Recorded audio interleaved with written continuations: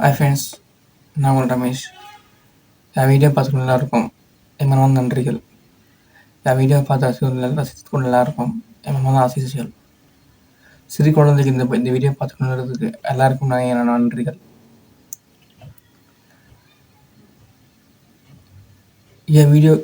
என் சேனலுக்கு இப்போ 100க்கு மேலே சப்ஸ்கிரைப்ஸ் வந்திருக்கு.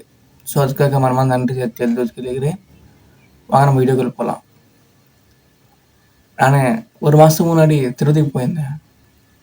ஸோ அந்த விஷயத்த நான் ஷேர் பண்ண போகிறேன். திருப்பதிக்கு போகும்போது நமக்கு என்ன தேவையோ ஸோ அதெல்லாம் எடுத்துக்கணும். துணிமணி, அங்கே குளிர் கொஞ்சம் அடர்த்தியாக இருக்கிறதுனால ஒரு 2 ஸ்வெட்டரு, மப்ளர் 2 வச்சுக்கோங்க. நாங்கள் இங்கேருந்து ஒரு 6:30 மணிக்கு திருப்பதிக்கு போயிட்டோம்.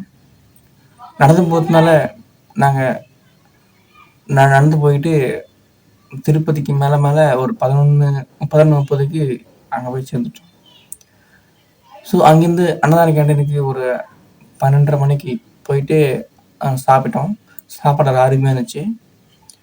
திருப்பி அங்கேருந்து நான் இந்த தரிசனத்துக்கு க்யூ லைனுக்கிட்ட போயிட்டு இருந்தோம்.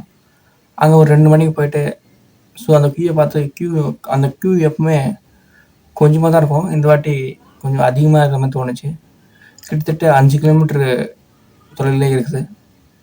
ஸோ நாங்கள் இதை பார்த்துட்டு ஒரு 24 மணி நேரத்துக்கு இந்த தரிசனம் தொடங்கும் அப்படின்னு நினச்சோம்.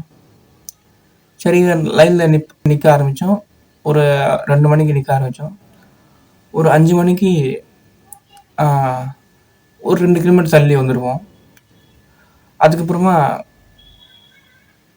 மைக்கில் என்ன சொல்கிறாங்க, இன்றைக்கி தரிசனம் இல்லை, விஐபி கோட்டா போயிட்டுருக்கு. ஸோ அடுத்த நாள் 6 மணிக்கு தான் தரிசனம் அப்படின்னு சொல்லிட்டாங்க. சரி, என்ன பண்ணுறது, நாங்கள் ரூமும் எடுக்கல. ஸோ அப்போயும் டைம் 7 ஆயிடுச்சு. என்ன பண்ணுறது தெரியல, லைன்லேயே நின்றுட்டு இருந்தோம். அதுக்கப்புறமா ஒரு 2 மணிக்கு ஒரு 2 கிலோமீட்டர் தள்ளி வந்துட்டோம். ஸோ சரியான தூக்கம் கிடையாது, சாப்பாடும் அந்த அளவுக்கு கிடையாது. ஸோ ரொம்ப ரிஸ்க் ஆகிடுச்சு. அதுக்கப்புறமா ஒரு 5 மணிக்கு ஒரு வெயிட்டிங் ஹாலில் விட்டாங்க. அங்கே கொஞ்ச நேரம் ஓய்வு எடுத்துடணும். ஓய்வு எடுத்துகிட்டு திருப்பி 7 மணிக்கு க்யூவில் விட்டாங்க.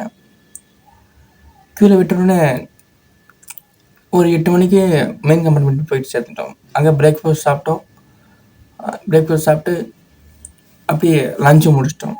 ஸோ அங்கே என்ன சொல்கிறாங்கன்னா, அடுத்த நாள் தரிசனம், அடுத்த நாள் அதே நேரம்னா ஒரு 3 மணிக்கு தான் தரிசனம் அப்படின்னு சொல்லியிருந்தாங்க. ஸோ நாங்கள்லாம் என்ன பண்ணுறதுன்னு தெரியல. வந்து 24 ஹவர்ஸ் மேலே ஆயிடுச்சு. சரி காத்திருந்தோம். அதுக்கப்புறமா 7 மணிக்கு கேட் திறந்து விட்டாங்க. 7 மணிக்கு திறந்து விட்டதும் தரிசனம் முடியும்னு நினச்சோம். ஆனால் 7லேருந்து 11 மணி வரைக்கும் லைனில் தான் நின்றுட்டு இருந்தோம். ஸோ அதுக்கப்புறமா 11:40 தான் தரிசனமே முடிஞ்சது. ஸோ என் வாழ்க்கையில் இந்த டைமிங்கான தரிசனம் இதான் முதல் முறை. கிட்டத்தட்ட 40 மணி நேரம் ஆயிடுச்சு. நிறைய என்ஜாய் பண்ணோம், நல்ல சாமியை பார்த்தோம். ஸோ இந்த மாதிரி விஷயம் நீங்கள் ஷேர் பண்ணுங்கள். சில விஷயம் மனு சந்திக்கிறேன். தேங்க்யூ, பாய்.